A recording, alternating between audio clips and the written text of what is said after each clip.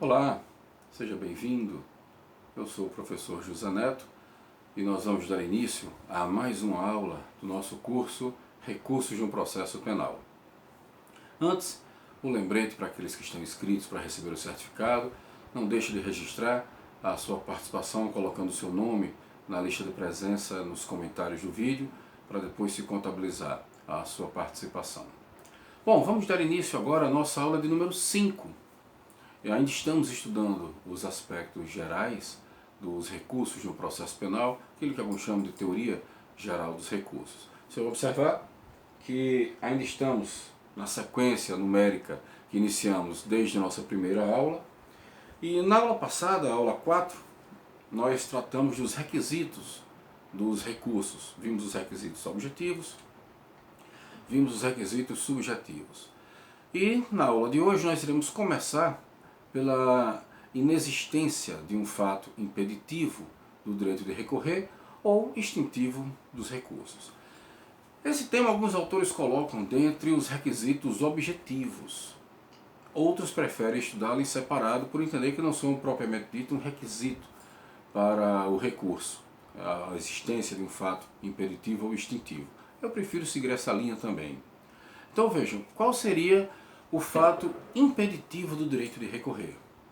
O fato impeditivo do direito de recorrer é a renúncia ao direito de recorrer. A renúncia extingue o direito de recorrer e ela é irretratável. Renunciado o direito de recorrer, ele está extinto, não há mais possibilidade daquela parte que renunciou oferecer o recurso.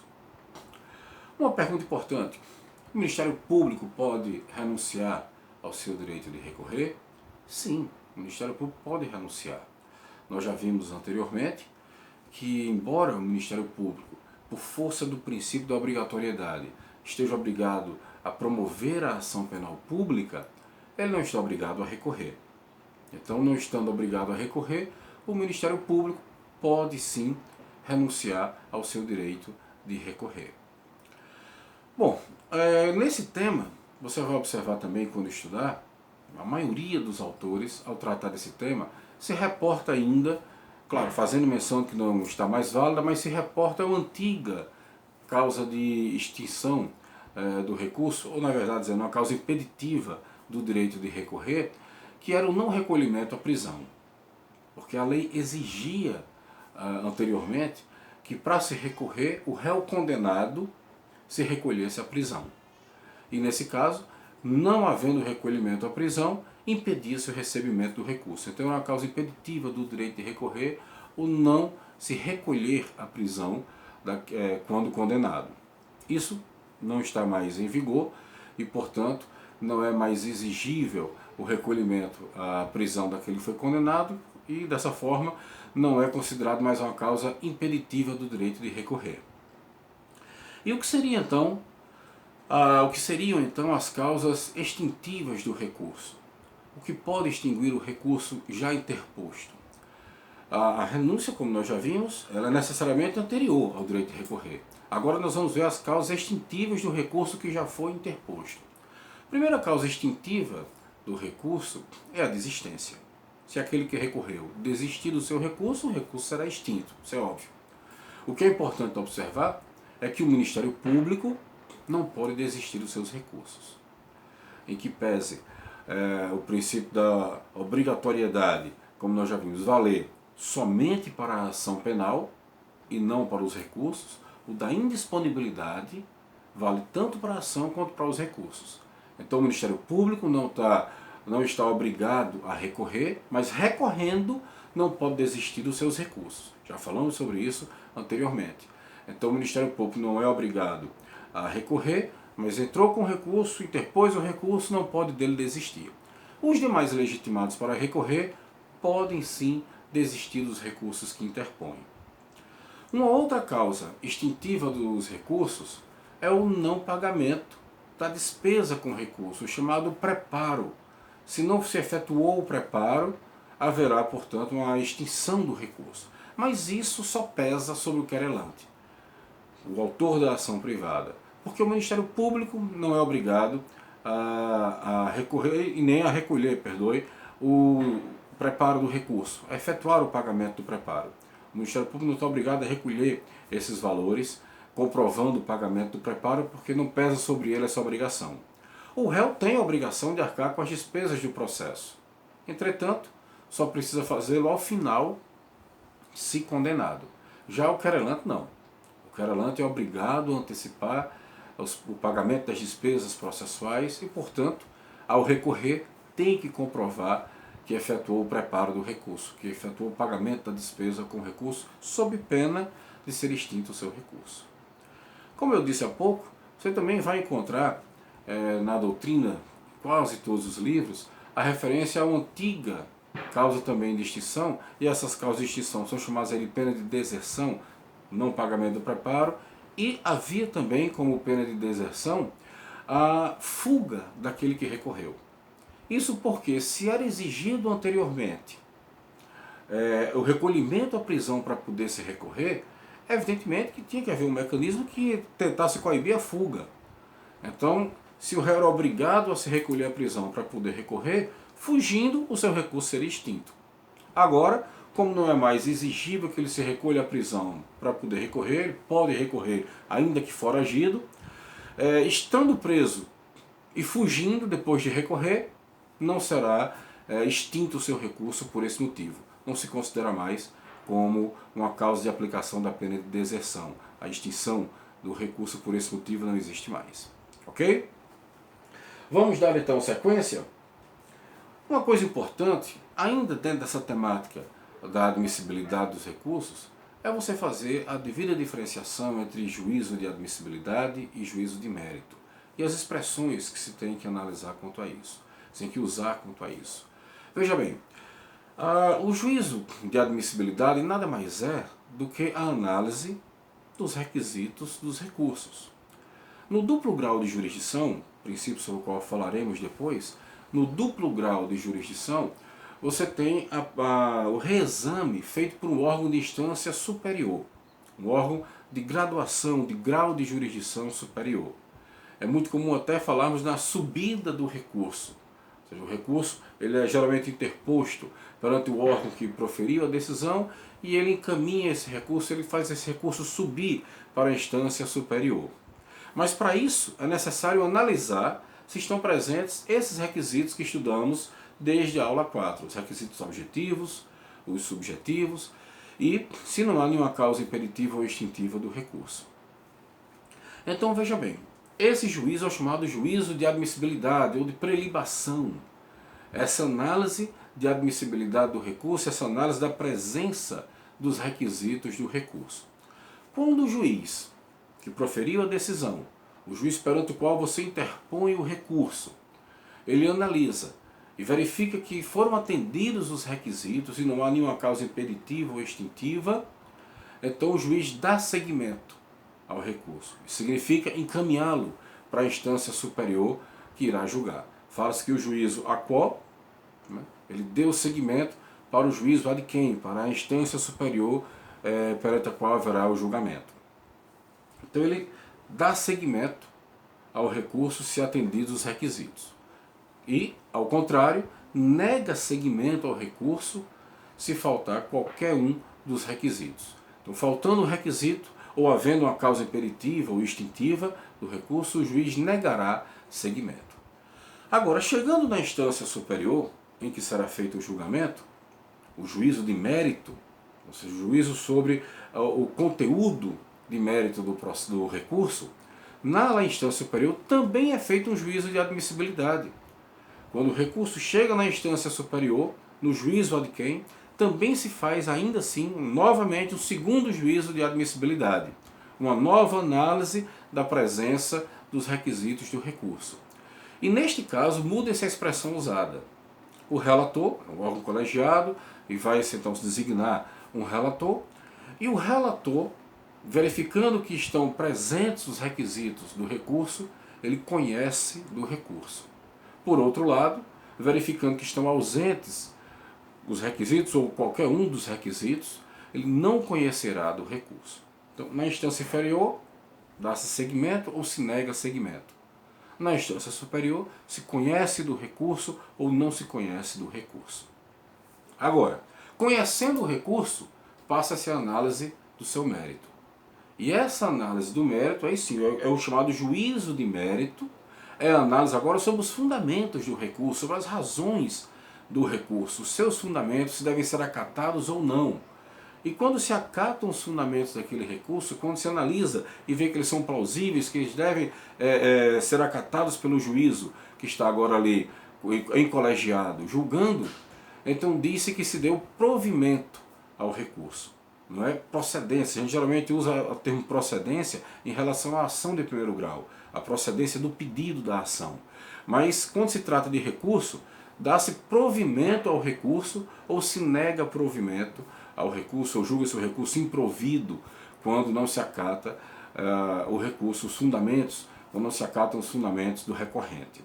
Então, dá-se provimento, ou se nega provimento, ou se julga improvido o recurso. É sempre bom ter cuidado com o uso correto dessas expressões. Bom, agora nós vamos falar sobre os princípios aplicáveis aos recursos. Talvez não dê tempo de encerrá-los nessa aula, mas vamos fazer o possível para encerrarmos ou nessa aula ou no início da nossa próxima aula. Bom, nós vamos aqui destacar os principais princípios. Eu digo isso porque há uma certa variação de um autor para outro na nossa doutrina de quais são os princípios. Eu pelo menos elegi aqui os principais, aqueles mais comuns que você encontrará na imensa maioria dos autores que você poderá estudar. Então, quais são os principais princípios que informam, que orientam a disciplina dos recursos de um processo penal? Vamos começar pelo princípio do duplo grau de jurisdição. Do ponto de vista jurídico, os recursos se fundamentam no duplo grau de jurisdição. E o que é o duplo grau de jurisdição? Bom, o duplo grau de jurisdição é a possibilidade do reexame ser feito por uma instância superior, por um órgão jurisdicional, de instância superior, de grau de jurisdição superior àquele que proferiu a decisão. Em vez de a decisão ser reexaminada pelo próprio órgão que proferiu a decisão, ou por um outro órgão, mas do mesmo grau de jurisdição, o duplo grau assegura que um juiz que proferiu a decisão não será ele que vai reexaminar a sua própria decisão. A decisão será reexaminada por um órgão de instância superior, por um outro órgão e de graduação superior, de grau de jurisdição superior, com poder para anular ou para modificar aquela decisão que foi preferida pelo juízo da instância inferior. Então esse é o duplo grau de jurisdição, o princípio do duplo grau de jurisdição. Existem principalmente duas polêmicas em torno do duplo grau de jurisdição. A primeira delas diz respeito à sua natureza constitucional. O duplo grau de jurisdição é um princípio constitucional ou não? Esse é um questionamento que uma boa parte dos autores também cuida de tentar resolver, de tratar. A matéria é realmente controversa. E o que é que nós podemos analisar nesse curto espaço de tempo que nós temos aqui para tratar do tema? Bom, o que nós podemos dizer é o seguinte: uma parte da doutrina, uma parte considerável da doutrina, até entende que este princípio tem sede constitucional, que é um princípio constitucional. Alguns, podemos até, com o perdão e a ausência de quem quer que seja o responsável pelo pensamento assim, mas alguns até forçam a barra para tentar encontrar o duplo grau de jurisdição no artigo 5º da Constituição. Mais precisamente, no seu inciso 55, quando diz o seguinte, preste atenção aí, por favor, na leitura na tela. Aos litigantes em processo judicial ou administrativo e aos acusados em geral, são assegurados o contraditório e a ampla defesa com os meios e recursos a ela inerentes. Então, por força dessa expressão aqui, assegurada a ampla defesa, com os recursos a ela inerentes, alguns tentam, de certa forma forçada, dizer que aqui está a previsão expressa do duplo grau de jurisdição.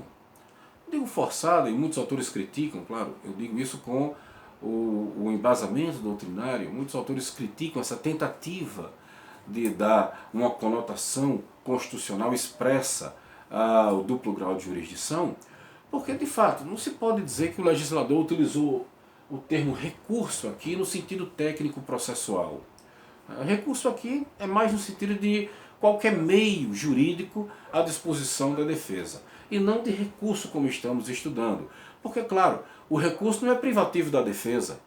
Aqui o legislador está garantindo aos litigantes a ampla defesa, ou seja, quem é demandado tem o direito à mais ampla defesa, para não ficar em desvantagem com aquele que está demandando contra ele. Então você tem aí todos os meios e recursos inerentes à defesa. Então entram na conta aí do significado de recursos, não apenas recursos que são exclusivos da defesa, mas também ações as ações de impugnação que normalmente são utilizadas pela defesa, como por exemplo a revisão criminal, o habeas corpus, o mandado de segurança em matéria criminal. Então o legislador colocou de forma muito ampla o termo recurso aí. Está muito claro que não significa aqui uma colocação expressa do duplo grau de jurisdição. Então, alguns seguem essa linha de tentar dizer que há uma previsão expressa, com base no artigo 5º, mas não seria o fundamento mais adequado para isso. Outros defendem que o princípio do duplo grau de jurisdição tem sim sede constitucional, com base na Convenção Americana de Direitos Humanos. A Convenção Americana de Direitos Humanos, no seu artigo 8º, no item 2, na linha H, no item 2.h, ele diz o seguinte, primeiro item 2, ele diz, atenção para a tela, toda pessoa acusada de delito tem direito a que se presuma sua inocência enquanto não se comprove legalmente sua culpa. Durante o processo, toda pessoa tem direito em plena igualdade às seguintes garantias mínimas. E aí vem, direito de recorrer da sentença para o juiz ou tribunal superior.